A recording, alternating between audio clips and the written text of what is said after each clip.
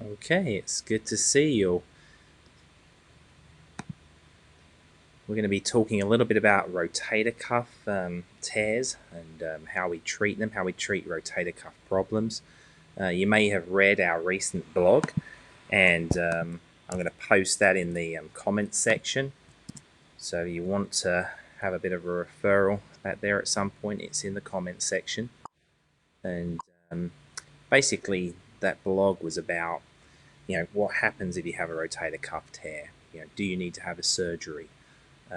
Does everyone need to have their rotator cuff tear fixed?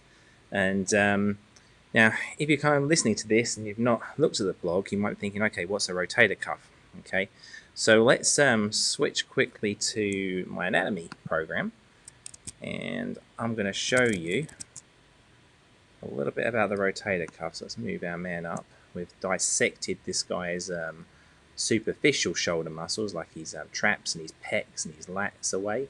And what we can see here, this highlighted muscle is what we call the infraspinatus. The one above it is called the supraspinatus. This one here is called the teres minor. Let me click. There we go. And then around the front side of the shoulder, between the trunk, between the thorax and between the shoulder blade, is the subscapularis. So basically there's 4 rotator cuff muscles, and they're all functional whenever we use the shoulder. And basically they encircle, you can kind of see it here if I select each of them.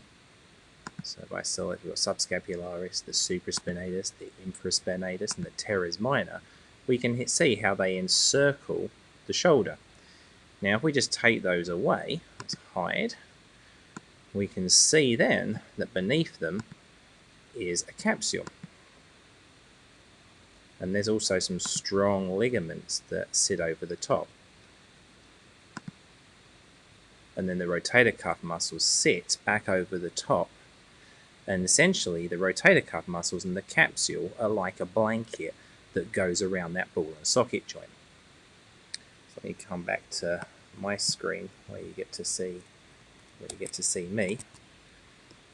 So we've got this blanket essentially that surrounds the rotator cuff. I mean the ball and the socket joints.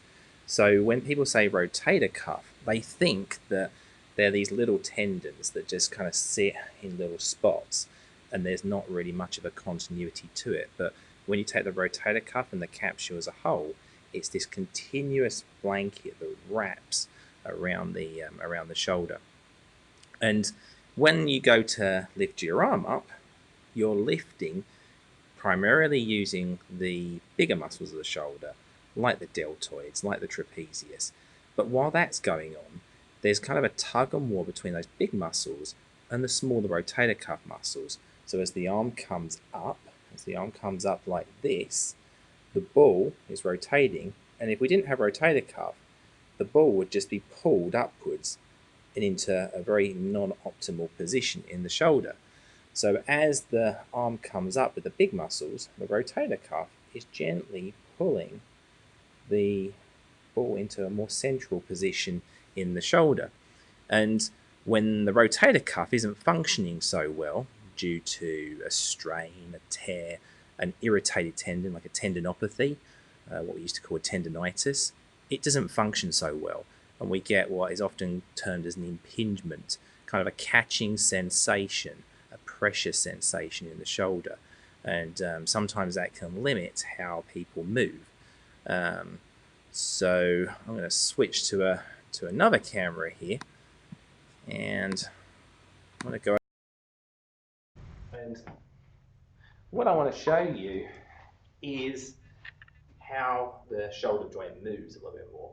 So with my arm coming up this way, as I come up, I might get some pain. That could be my rotator cuff that's contributing to that because of a weakness. It doesn't mean it's the primary problem. You could have a labrum tear, and you could have a rotator cuff weakness as a result of that. But still, the rotator cuff could be why the shoulder is not moving properly. We often think of the rotator cuff as doing this rotation movement, and because of that, a lot of times therapists, trainers give out band exercises down here. So they might get the band like this, and do this movement. Yeah, it gets some rotator cuff, there's no doubt about that. But we actually know now through some recent research that if we elevate the shoulder through flexion, the rotator cuff muscles on the back, the supraspinatus and the infraspinatus, are working. If we bring the shoulder back through extension, we know that the subscapularis is working primarily. And then as we come up through abduction, we know that all four of the rotator cuff muscles are working to some degree. So when someone's got a pain in a certain direction, we can have some idea of what bias the problem's at. Is there a strain or a tear or a tendinopathy of one of those tendons? And it also then gives us an idea of where we want to start to focus our rehab. So in the blog, we talked a little bit about different types of tears, sizes of tears, depths of tears. We talked about people's tissue and how some people heal better than others, like diabetics tend to have more tendon problems, they don't recover from tendon tears so well. And so let's just take a couple of scenarios. Let's take someone who is playing tennis, they go to serve and they hit the ball and they hear a pop in their shoulder. Well, that doesn't necessarily mean that something has torn, but let's say the next day they're kind of sitting there, it's like still very painful, there's a good bit of swelling, maybe some bruising's coming out, and they try to lift their arm and it's like this.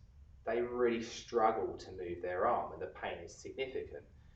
That's the sort of person who may need to have imaging. They may need to have a scan pretty soon. And if that imaging does show a rotator cuff tear, particularly a bigger tear, we know that that tear is likely an acute tear that may need to see an orthopedist to be fixed. And unfortunately, when they actually have to repair tears with sutures and anchors, the rehab is a much longer process. But some of those cases, when there's a smaller acute tear, not everyone wants to go through the process of having surgery. So those people might consider doing therapy for a period of time. And there's no real research that shows how long someone should do therapy for before going through to have surgery in either acute tears or more chronic tears. Now, something that's acute, you probably don't want to leave it too long, but you probably could go for a period of 2 weeks, 4 weeks, 6 weeks, depending how you're progressing, with more conservative care. And then if you're not seeing the progress you want, then you can consider, consider surgery procedures or other interventions. But if that's the case, and you have done a bit of rehab, the stronger you actually get, typically going into a surgery, and the looser you get, the more range of motion that you have, typically you come out the backside of that surgery in a better position. So we call that prehabilitation. So there can be a benefit to doing a session or two of that just for prehabilitation to make the surgery a little bit easier. But let's then take the scenario of someone who, let's just take this weight bar right here, this barbell. So if I put this up here in a front rack position and I overhead press, let's say I have some pain during that overhead press. Well, that overhead press is in flexion, and if my pain's in flexion, it could be that I've got some irritation of a couple of these muscles back here, the supraspinatus and infraspinatus. It could be that those two rotator cuff muscles are contributing. Well, if I've got pretty good range and I've got pain, and it's not something that's come on acutely and traumatically, it's just something that's maybe degenerative over time, the research actually really supports that we should be considering rehabbing it, because even if the tear is full thickness, so imagine you've got your blanket or your duvet or your comforter, the tear is actually all the way through, not just a few threads on the top. The research supports that 75% of full thickness tears will do fine with therapy. So it really strongly should be encouraged that people with shoulder pain and reasonable movement, I mean, even if your movement was still painful here, it wouldn't indicate surgery. But these people should be trying therapy first and should be trying to strengthen, not just down here, like we've traditionally done, but should be doing rotator cuff strengthening through a full range. So flexion, the overhead press, like I say, it's the infraspinatus and the supraspinatus there that maybe we think are a little bit more at fault.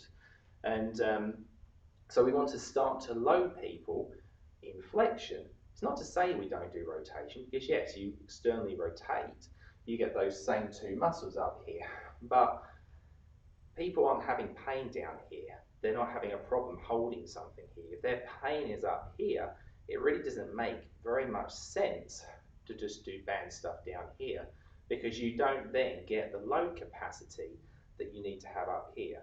So we'd work through flexion. I typically do a lot of stuff with weights, because I don't find that, apart from perhaps in really acutely painful cases, that the band is enough load. And then if I want to do rotation work, I might take the band and I might work it in rotation in a higher position. I might get up here and work rotation up here. Now with those things, I don't do those irrespective of pain. Gone are the days of pushing through pain. No pain is no gain. But also, we don't want to be completely babying it. We won't want zero pain. I don't expect zero pain necessarily. I typically tell my patients with tendon and muscle problems that pain levels that are 0 to 3 are typically pretty safe levels of pain to work within, as long as the pain settles down within a 24-hour period. So if at, let's say you start with a 2 out of 10, and it raises only to a 3, that's great. But if it then lasts for 48 hours, 72 hours, you've probably overloaded the muscle and the tendon. So we can use some pain monitoring to actually allow ourselves to do heavier loads and to actually challenge the tendon and the muscle. And the good thing is that research shows that tendons like load. Also, research shows that after muscular injury, early loading actually helps to accelerate the process of getting back to your sport. And with that, with a degenerative tear, a lot of times degenerative tears are complex. They're not always repairable with sutures and anchors. Sometimes they just go in there and they just say this is a rotator cuff with a little tear. They just shave that tear off to smooth it out. So the good thing is that you can go for a period of time, even several months, and I talk about that in the blog a little bit, but you can go several months rehabbing it so that you can get stronger and see how you do without compromising the chance to do surgery. Now, obviously, that's not I can't really have a blanket statement there quite. Something to discuss between you and a surgeon if you have that concern. But there's good research showing that you don't have to have surgery immediately. Therapy is a good option for you. I think one thing, it's kind of a bugbear for me, is that often people maybe see an orthopedic surgeon, sometimes they have an MRI, maybe they shouldn't have an MRI, but they get sent to therapy. And they maybe do 2 or 3 times a week for 4 weeks, but they've had this shoulder problem for 6 months, a year or longer. Well, maybe they're feeling slightly better when they go back to their appointment. And this is irrespective of how good their treatment is. And the doctor says, oh, well, you failed physical therapy, therefore you should probably go and consider surgery. Well, is doing 4 weeks relative to all this length of time of having a problem and having pain and getting weak, is 4 weeks actually enough time to rehab? And I would argue it's not. So I sometimes use manual hands-on therapy for patients, but I try to use as much of an exercise-based approach that people can do at home, trying to see them less frequently, but for a longer period of time. So some of my shoulder patients I might see up to 3 months, 6 months after they first see me, just to help them gradually progress their loading. And I've had patients who've come in here being told they need pretty extensive surgery, who've been able to then go on and not have surgery. Now, will they avoid surgery down 10, 15, 20 years time? No one really knows that, but typically if you can push surgeries down the road, that's not a bad thing. You don't want to have significant surgeries when you're younger, when it's going to affect your working life, your family life, because if you have a full-blown rotator cuff repair, you're in a sling very often for 6 weeks, perhaps longer. You're not able to lift heavy stuff for 3 months, perhaps longer, and really you're probably not strong as a normal shoulder until a year after the surgery. So I think it's very important to think about rehab and think it's not just down here.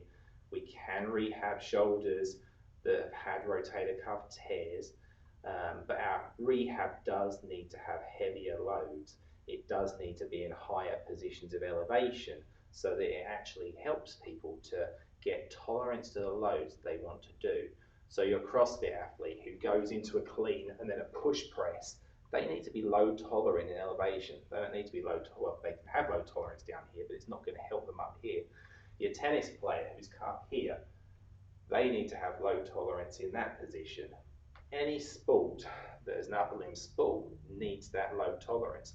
But even let's say someone in the home, you want to go and pick something out of a cupboard, you need to have low tolerance. Let's say it's a 5 pound dish that weighs 3 pounds, for example. That's got to be, you've got to be comfortable getting that dish and manipulating it. So you've got to have tolerance to that load. So typically, like I say, I don't think bands do that so well. They may be good when there's pain, but we want to try and move on to stronger, heavier loads. So I'm going to come back over to the main camera.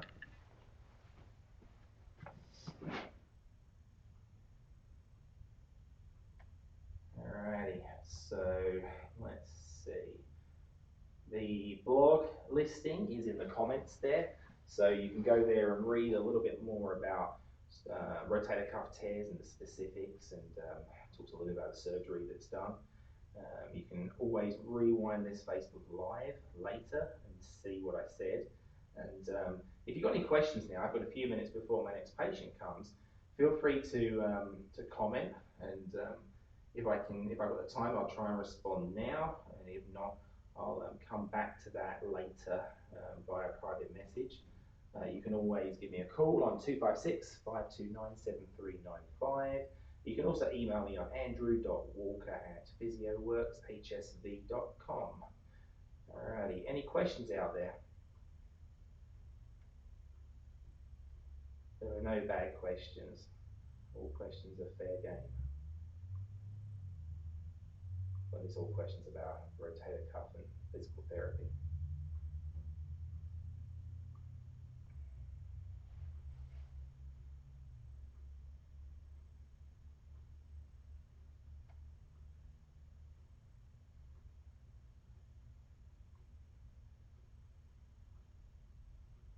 Now, there are other shoulder issues that we haven't mentioned, and I think we'll leave them for another time, just with the time I have.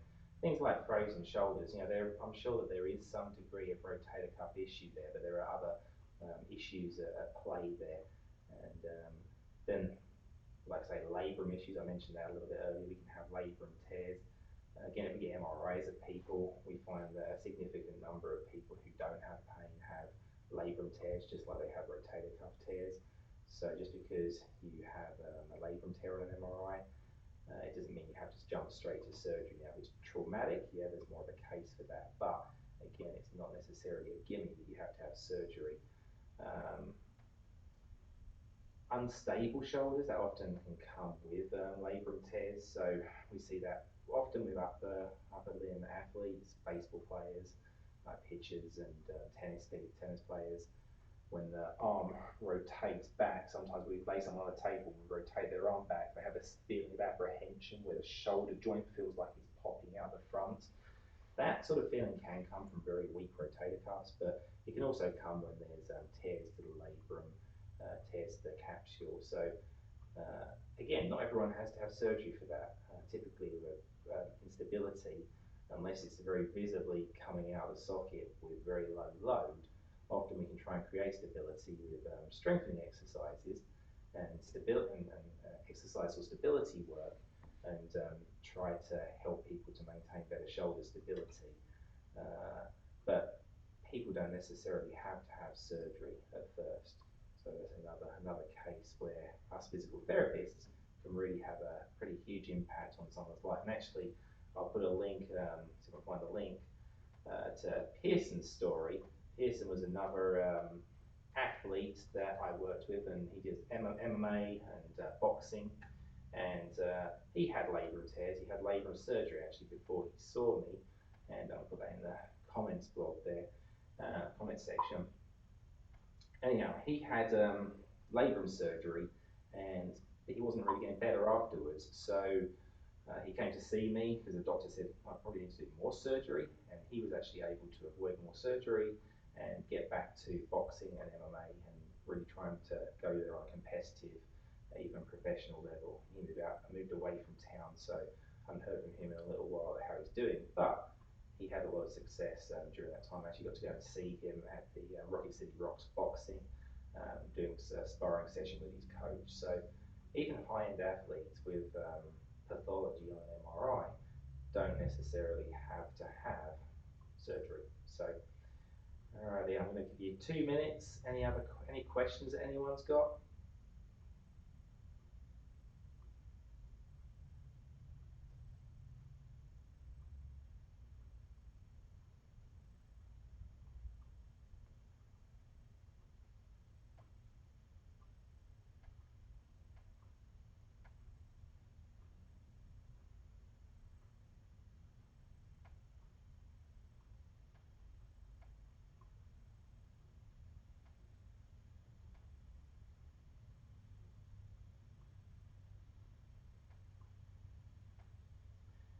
Alrighty, well, I'm gonna say goodbye. Hope you all enjoy the rest of your day. I appreciate that, Katie. Thanks for the haircut for the Facebook Live. Yeah. And the shave. I shaved as well for Facebook Live. So yeah, have a good day, and if you have questions, feel free to add in the comments here. If you just want a message back, just put your just say hey in the comments, and I'll send you back a private message, or you can call me at 256-529-7395, or you can email me on andrew.walker@physioworkshsv.com. Alrighty, thank you. Take care.